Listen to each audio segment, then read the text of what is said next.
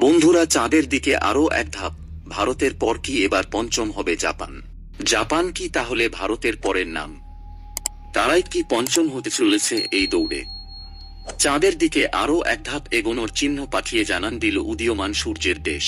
পৃথিবীতে মহাকাশ বিজ্ঞান নিয়ে যে চর্চা চলে আসছে তাতে সেরাদের মধ্যে তারা যে হাতে গোনা দেশের মধ্যেই পড়ে তা চাঁদে পা রেখে বুঝিয়ে দিয়েছে ভারত। মহাকাশ বিজ্ঞানে ভারতকে এখন গোটা বিশ্ব সম্মানের নজরে দেখছে। ইসরোর সাফল্য ভারতের মুকুটে শুধু নতুন পালকি যোগ করেনি, সেই সঙ্গে ভারতকে চাঁদ ছোঁয়ার দৌড়ে আমেরিকা, রাশিয়া, চীনের পরই স্থান করে দিয়েছে। প্রশ্ন উঠছিল ভারতের পর কে? তার উত্তর বোধহয় পৃথিবী এবার পেতে চলেছে।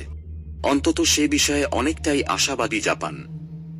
জাপানের মহাকাশ বিজ্ঞানীরা মনে করছেন আর কয়েকটা দিন পর নতুন বছরে তারা ভারতের পর নিজেদের নামটা লিখে দিতে পারবেন। চাঁদের মাটিতে পা রাখার জন্য জাপানের ল্যান্ডার স্লিম বড়দিনের দিনই চাঁদের কক্ষে সফলভাবে প্রবেশ করেছে। এবার সে ক্রমে চাঁদের সঙ্গে দূরত্ব কমাচ্ছে, এগিয়ে যাচ্ছে চাঁদের মাটির দিকে। আর তা করার সময় এবার জাপানের স্লিম চাঁদের ছবিও পাঠিয়ে দিল।